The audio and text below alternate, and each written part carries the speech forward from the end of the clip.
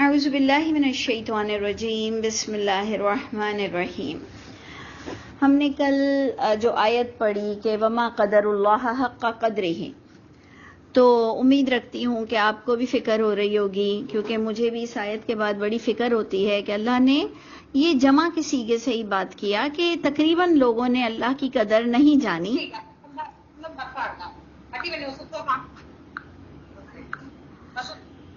لوگوں نے زیادہ تر دنیا میں اللہ کی قدر نہیں جانی، جیسے کہ حق ہے اس اللہ کی ذات کا قدر کرنے کا، اور اس کی اللہ کی شان بتائی گئی کہ تم جانتے ہو کہ اللہ کیا ہستی ہے، کہ جس کے قبضے میں ہے آسمان اور زمین، اور کچھ اس انداز سے بتایا گیا کہ آسمان تو اس کے ہاتھوں میں لپٹا ہوا ہوگا۔ اب ہم اس کے اندر کھو جائیں کہ یہ کیسے لپٹا ہوا ہوگا، کس طرح سے، کتنے تہ چڑھی ہوگی، بنسبت اس کے کہ ہم ڈر جائیں، ہم محبت رکھیں اللہ کی ذات سے کہ اللہ کی شان بتائی جا رہی ہے اور ہمیں کیئرفل رہنے کا حکم دیا جا رہا ہے، جو ہمیں نظر آتا ہے کہ دیکھو تم اس بات کو ایزی مت لو، اور اللہ کی کتاب میں بہت کم باتیں ہیں، تھوڑی باتیں ہیں، اپلیکیبل ہے، ریزسٹنس میں ہے، تم اس پر عمل کر کر جنتی بن سکتے ہو۔ تو یہ ساری باتیں بتاتے ہوئے اب ہم سیدھا آیت نمبر 68 پر ہم سٹارٹ کریں گے۔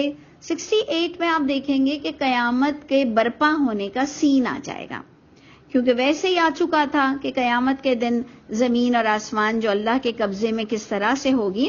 تو اب کلیئر قیامت کا باقاعدہ ویژولائز کیا جا رہا ہے کہ وَنُفِخَ فِی الصُّورِ، اور پھونکا جائے گا سور میں، فَصَعِقَ صَعِقَ، تو جناب اس کا معنی کیا آ رہا ہے کہ بے ہوش ہو جائیں گے، جو نہیں بجلی کڑکتی ہے اور آواز سے انسان تباہ ہو جاتا ہے، جو عذاب آئے۔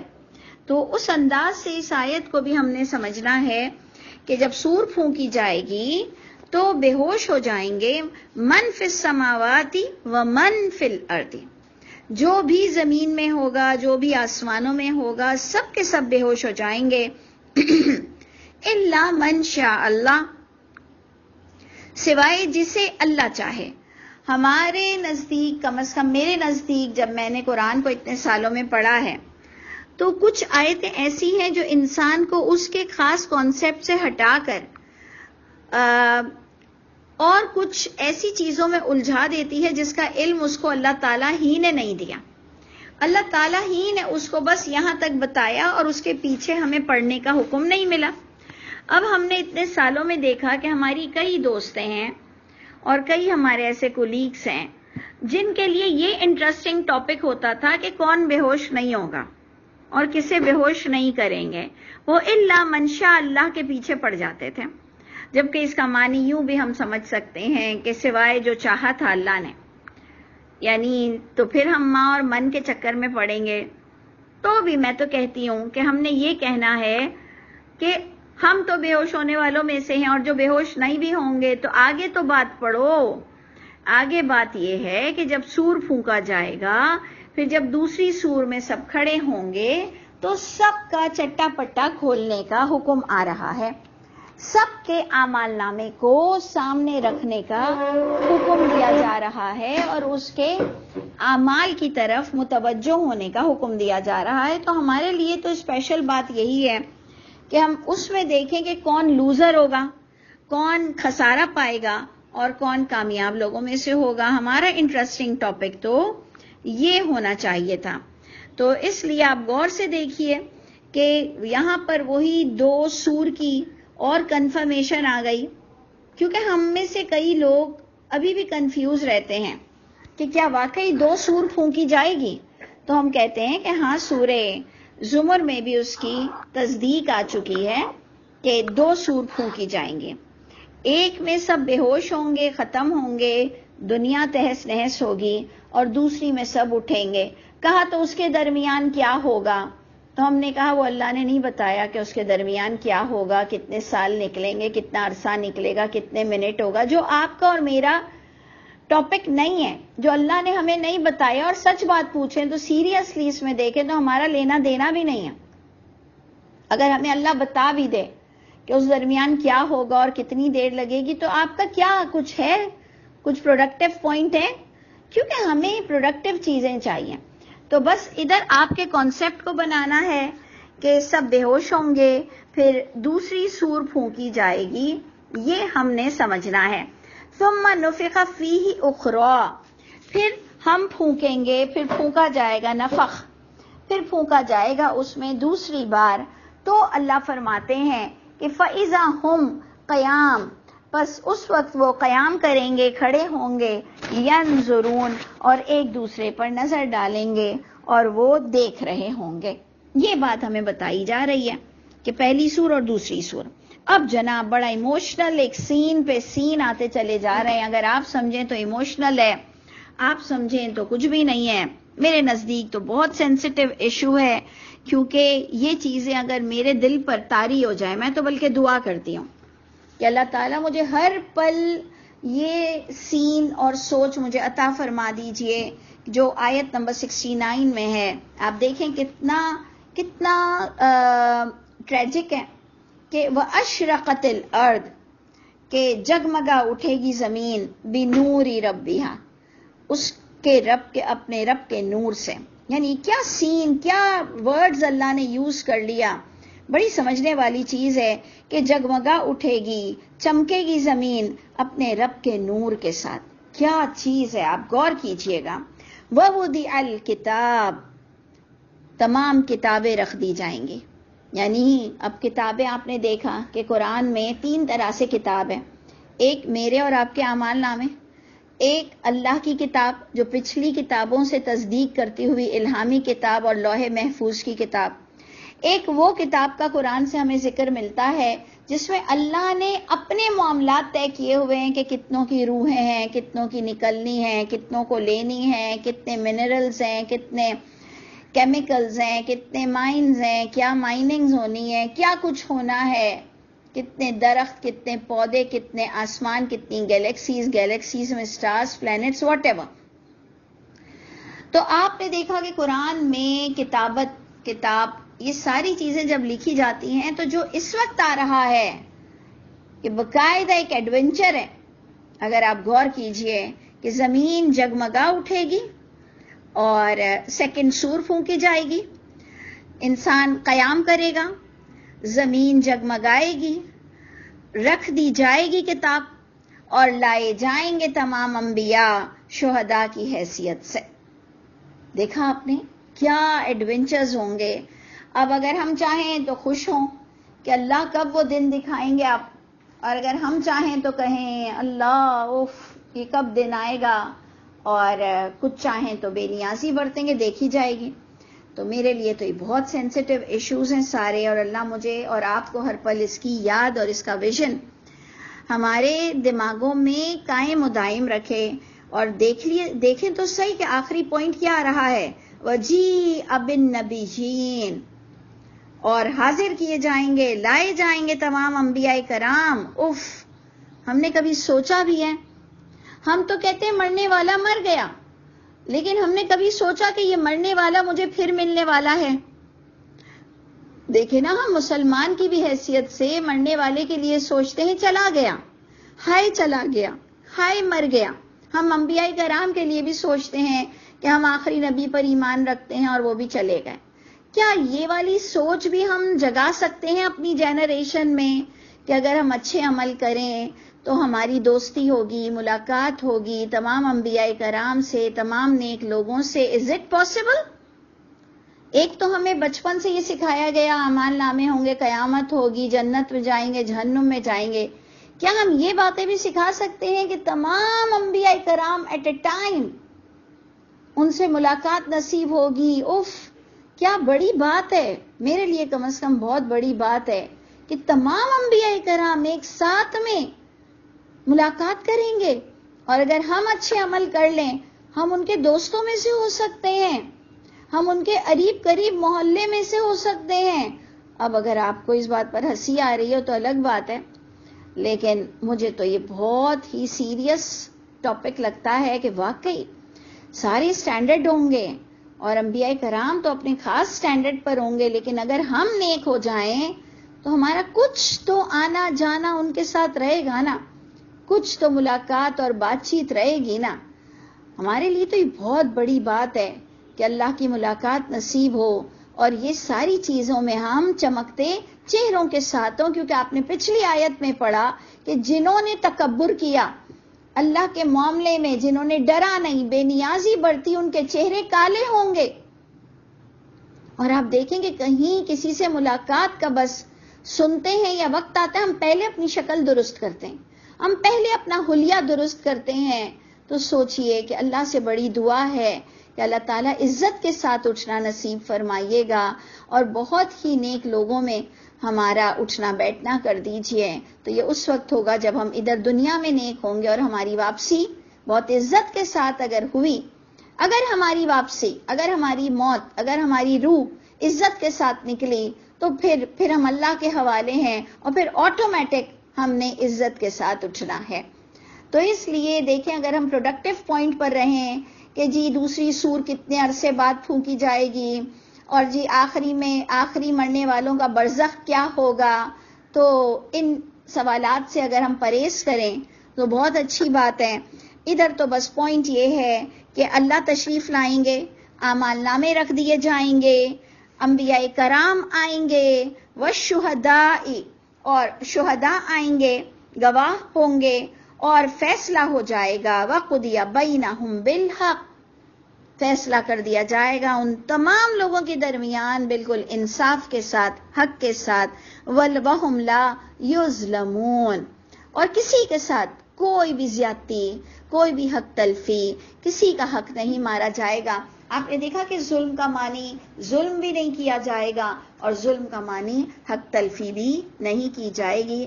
اس لیے ظلم کو شرک بھی کہتے ہیں کہ ان الشرک لظلم عظیم.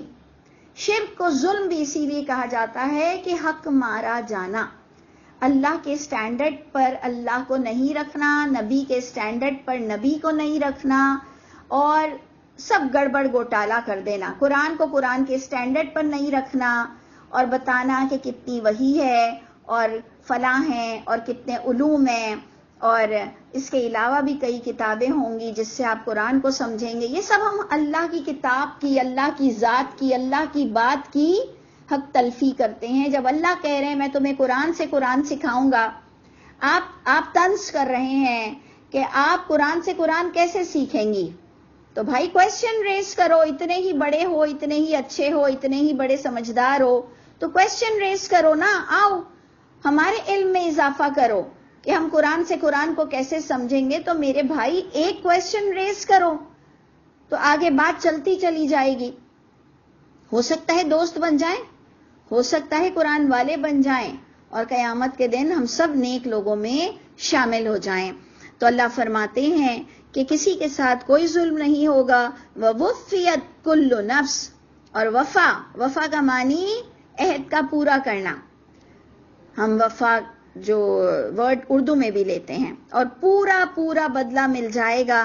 کلو نفس، تمام نفسوں کو، ما عملت، جو اس نے عمل کیا ہوگا، چاہے اچھے لوگوں میں بیٹھ کر اچھے عمل، چاہے برے لوگوں میں برے عمل، چاہے کسی سے ڈر کے اللہ کے قانون کو توڑا، چاہے جہالت سے اللہ کے قانون کو توڑا، چاہے بے نیازی سے اللہ کے قانون کو توڑا. تو یہ ساری باتیں جس نے جو حرکت کی ہے، چاہے شوہر سے ڈر کر، باپ سے ڈر کر، یا بیوی کے باتوں میں آ کر، سب کو اس کا عمل پورا ملے گا جو اس نے کیا ہوگا غلطی.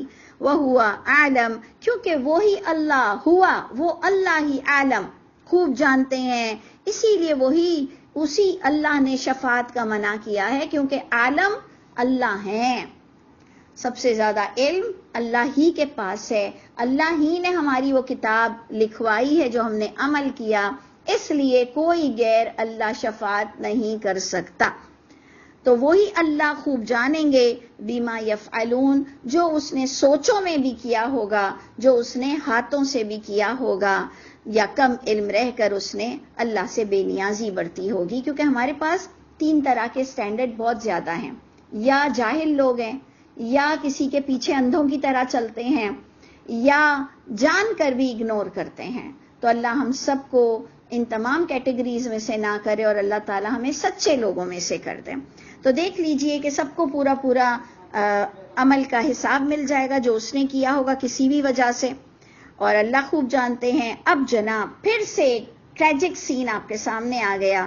آیت نمبر 71، وَسِيقَ الَّذِينَ كَفَرُوا إِلَى جَهَنَّمَ، گھسیٹ کر لایا جائے گا کفر کرنے والوں کو جہنم کی طرف. یعنی یہ آپ ویژولائز کریں، اور خدا نہ خواستہ میں کہتی ہوں اپنے لیے اس میں ہم اپنے آپ کو دیکھیں. اچھے سین میں بھی ہم اپنے آپ کو دیکھیں، برے سین میں بھی ہم اپنے آپ کو دیکھیں.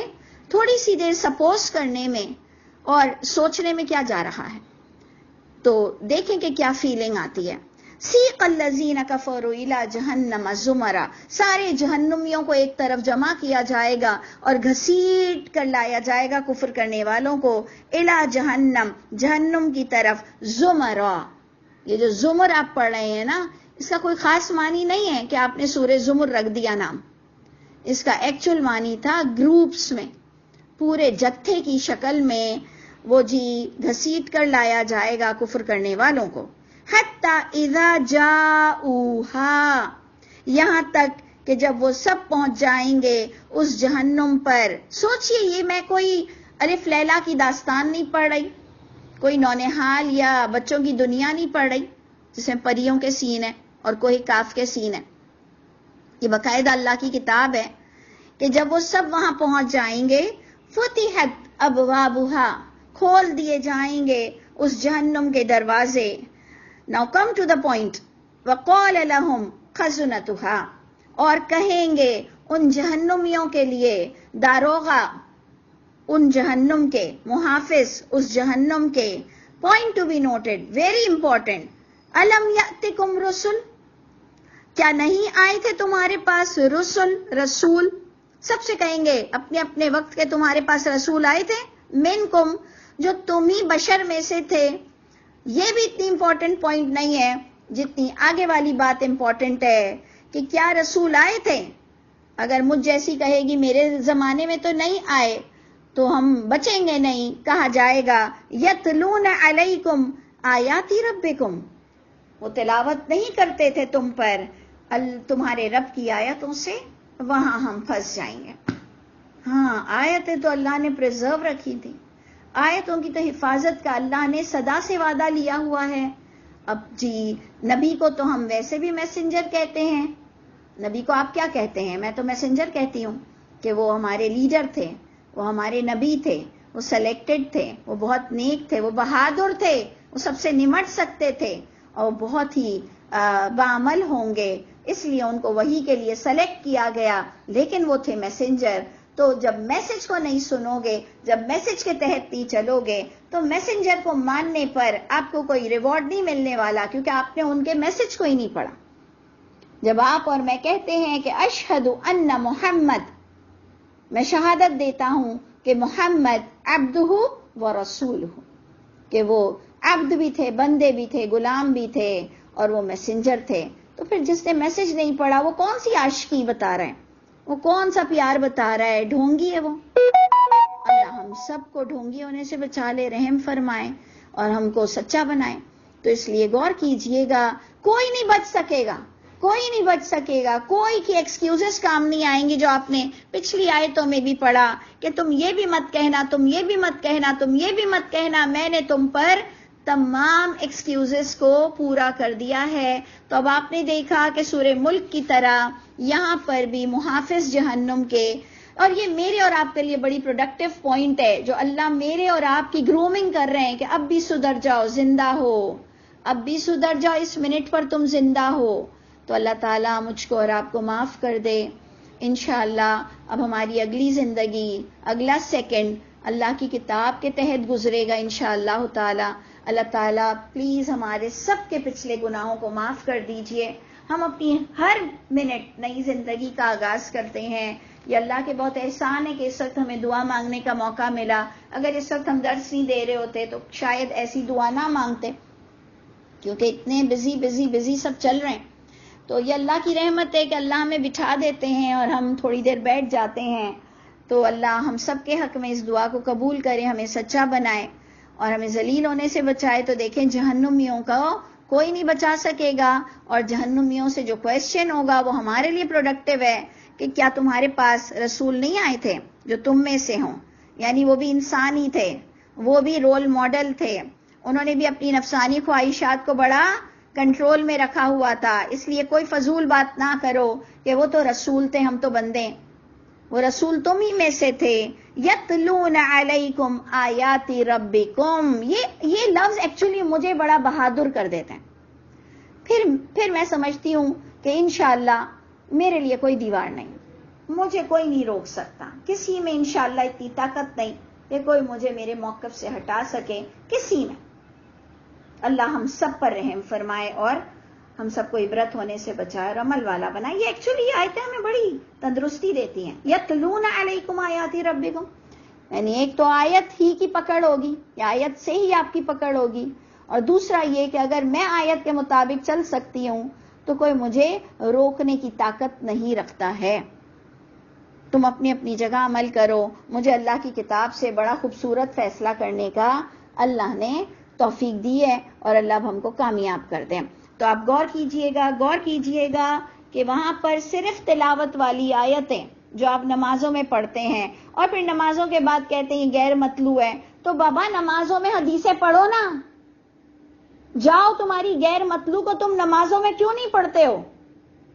تم لوگ سب کے فرقوں پر جو تم لوگوں نے اتفاق کیا ہوا ہے، ایک تو ساری حدیثوں پہ سب متفق بھی نہیں ہیں، لیکن ٹھیک ہے جاؤ آپ لوگ جتنی حدیثیں مانتے ہو اسے نماز میں پڑھو نا. پھر مطلوع غیر مطلوع کر کر نمازوں میں صرف مطلوع کو کیوں پڑھتے ہو؟ جواب دینا پڑے گا اللہ کو، بس بہت ہو گیا ہے. تو اس لیے غور کیجئے گا کہ کیا تمہارے پاس رسول نہیں آئے تھے تم میں سے؟ کیا انہوں نے تلاوت نہیں کی تھی تم پر تمہارے رب کی آیتیں؟ اور کیا نہیں ڈرایا تھا تم کو اس دن کی ملاقات سے؟ دیکھ لیجئے. اور آج ہم جب اللہ کی کتاب قرآن پڑھتے ہیں تو ہمیں لگتا ہے کہ محمد صلی اللہ علیہ وسلم کے دور میں تو اللہ تمام لوگ کہہ رہے ہیں، جو اللہ ہمیں بتا رہے ہیں کہ لوگوں کو رسول اللہ صلی اللہ علیہ وسلم پر بڑا اعتراض تھا کہ آپ قیامت کی کیسے باتیں کر رہے ہیں، یہ تو ہمارے پچھلے بڑوں نے بھی نہیں کی. یعنی آپ خود قرآن پڑھ لیجئے کہ میں خود حیران ہوں کہ آج کا کرسچن بھی قیامت کو مان رہا ہے، آج کا یہودی بھی قیامت کو مان رہا ہے.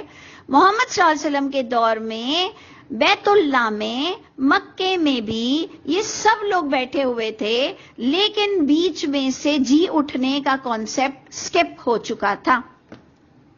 غور سے قرآن دیکھیے گا، اور اگر میں غلط کہہ رہی ہوں تو مجھے میری اصلاح کر دیجئے گا.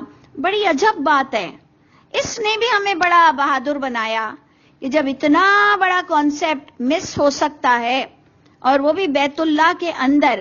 کیونکہ آیتیں آپ غور سے قرآن کی پڑھیے کہ انہیں محمد صلی اللہ علیہ وسلم پر سب سے بڑا اعتراض یہ تھا کہ یہ کیسا نبی ہے، یہ کیسا انسان ہے جو کہتا ہے کہ مر جاؤ گے تو پھر اٹھنا پڑے گا. تو ہم کہتے ہیں کیوں؟ یہ تو کوئی کانفلکٹ ہی نہیں ہے، یہ تو کوئی اعتراض ہی نہیں ہے. آج کے بھی کرسچن، یہودی اور ہندوز میں یہ تو کوئی اعتراض ہی نہیں ہے. کہا دیکھو خود قرآن کو پڑھ لو، غور سے پڑھ لو. انہوں نے کہا یہ کیسا نبی ہے جو کہتا ہے کہ مر کے اٹھیں گے، مر کے اٹھیں گے، مر کے اٹھیں گے. تو جب اتنا بڑا کانسیپٹ پوری اتنی پردوں میں آ سکتا ہے تو پھر یہ ہمارے چھوٹے موٹے ہے اس کے کانسیپٹ کیوں نہیں پردوں میں آ سکتے ہیں، جس کی وجہ سے آپ اتنا ڈرتے ہو اور بولتے نہیں ہو؟ تو دیکھ لیجئے کہ جب اتنا بڑا کانسیپٹ پردوں میں آ سکتا ہے تو پھر چھوٹے موٹے کانسیپٹ تو بے انتہا پردوں میں آئیں گے. اس لیے اجماع تواتر کچھ بھی حیثیت نہیں رکھتا ہے. اللہ معاف کرے، جو ہے سو ہے قرآن، اس کے مطابق آپ کو اور مجھ کو عمل کرنا ہے. تو آپ نے دیکھا کہ یہاں پر پورے عاطفہ بھی لگ رہے ہیں کہ کیا تمہارے پاس رسول نہیں آئے تھے جو تمہاری ذات سے تھے، انہوں نے کنٹرول کر کے دکھایا؟ کیا تم پر اللہ کی آیتیں پریزرو نہیں تھیں، تلاوت نہیں ہوئی؟ کیا تمہیں اس دن کی ملاقات سے ڈرایا نہیں گیا؟ کلیئر ہو گیا ہم پر تینوں چیزیں. قالو، سارے جہنمی تمام اگری کریں گے اس بات کو، کہیں گے بلا، ہاں ہاں کیوں نہیں، ولیکن لیکن یہ ہوا کہ حقت کلمۃ العذاب.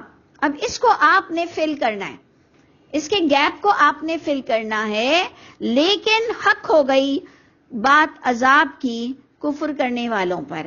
اس کو آپ بیچ میں جو گیپ آیا کہ یہ کیا بات ہوئی، ہاں ہاں، انہوں نے جہنمی نے کہا ہاں ہاں، یعنی انہوں نے اگری کیا ان محافظ کی باتیں، جہنم کے محافظ کی باتیں انہوں نے اگری کیا، مانا، اور اللہ نے کہا لیکن عذاب کی بات ان پر، کفر کرنے والوں پر لازم ہو گئی. تو بات یہ ہوئی کہ ہمیں پتا تو تھا، ہمیں بتایا بھی تھا، لیکن ہم نے سیریس ایکشن نہیں لیا، ہم نے اس کو ڈسکس نہیں کیا، ہم نے اس کو، دین کے نام پر سب لڑنے مرنے کو تیار ہیں، لیکن آپ دیکھ لیجئے کہ ہم سب کہیں ان کافروں میں نہ ہوں، اور ہم سب کو بھی کہیں یہ بھگتنا نہ پڑے کہ ہاں ہاں بول کر، ماشاءاللہ بول کر، اور جی جی بے شک بھی کر کے ہم وہی کرتے ہیں جو ہمارا دل چاہ رہا ہوتا ہے.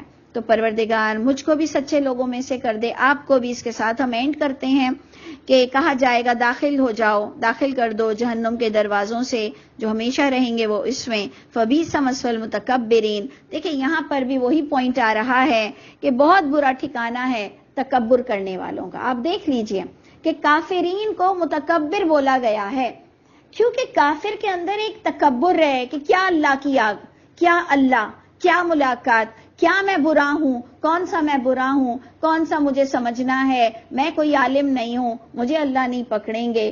اس کو ٹائم نہیں ملتا کہ وہ اپنے رب کی کتاب کو پڑھ لے. تو دیکھ لیجئے، چلے میں اس کو اینڈ ہی کر دیتی ہوں، ہمارے پاس 4 منٹ ہے، کہ گھسیٹ کر لے جایا جائے گا. جب سیکا کا معنی وہاں پر جہنم سے میچ کرتے ہوئے لوگوں نے لیا، جبکہ سیکا کا معنی ہے چلایا جانا.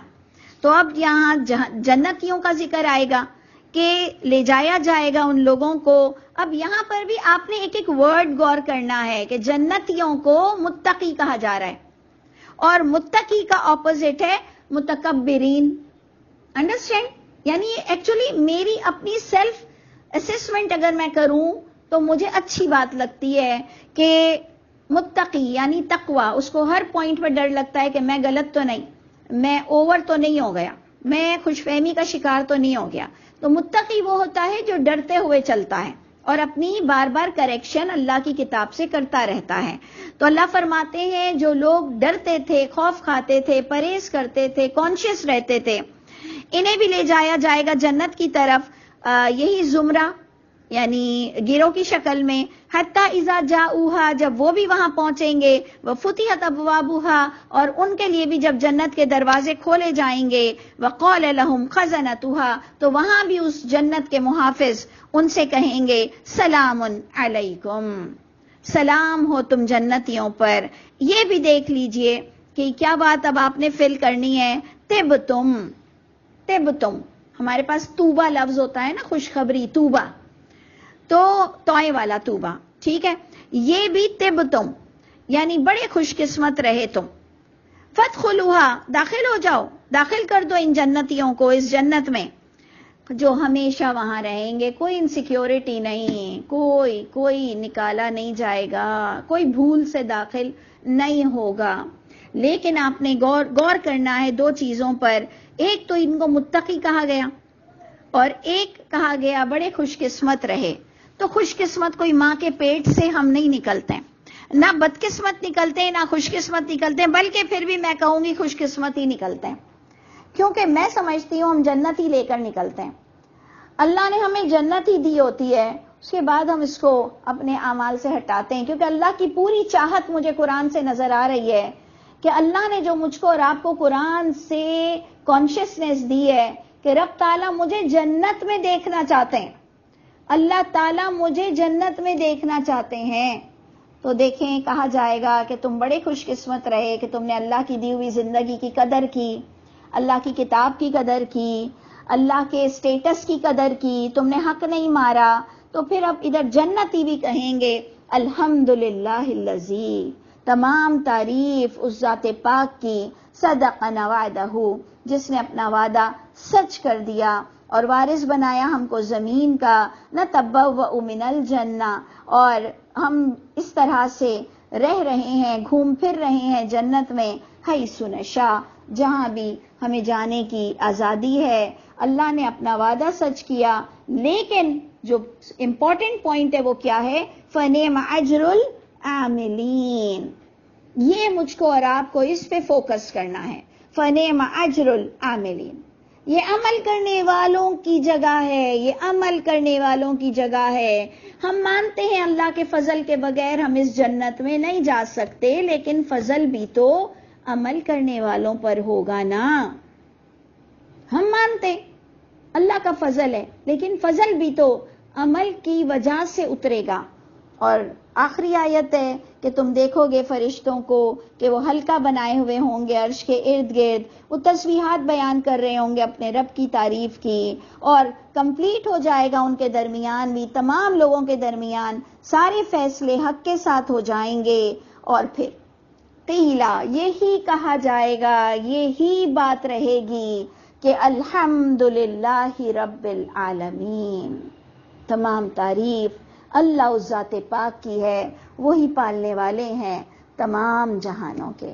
اللہ ہمیں اس کہنے کو قبول کر لیجئے، کیونکہ میں سمجھتی ہوں جو حق ادا نہیں کرتا اور کہتا ہے اللہ اکبر الحمدللہ، اللہ اکبر الحمدللہ، اور حق ادا نہیں کرتا، تو میں سمجھتی ہوں اس کے یہ کہنا قبول نہیں ہوتا ہوگا۔ اے میرے رب، ہم سب کو آپ کی یاد، آپ کی محبت نصیب فرمائیے، اور یہ جب بھی ہم یہ کہیں الحمدللہ رب العالمین، اللہ تعالی ہم سے یہ قبول فرمائیے گا، اور ہمیں اس جنت تک پہنچنا آسانی کے ساتھ، عافیت کے ساتھ، اپنے شوہر بچوں کے ساتھ، اپنے بھائی بہنوں اور ماں باپ کے ساتھ، ساس سسر کے ساتھ، سارے لوگوں کے ساتھ اللہ ہمیں بیٹھنا اس جنت میں نصیب فرمائیے گا۔ السلام علیکم ورحمۃ اللہ وبرکاتہ۔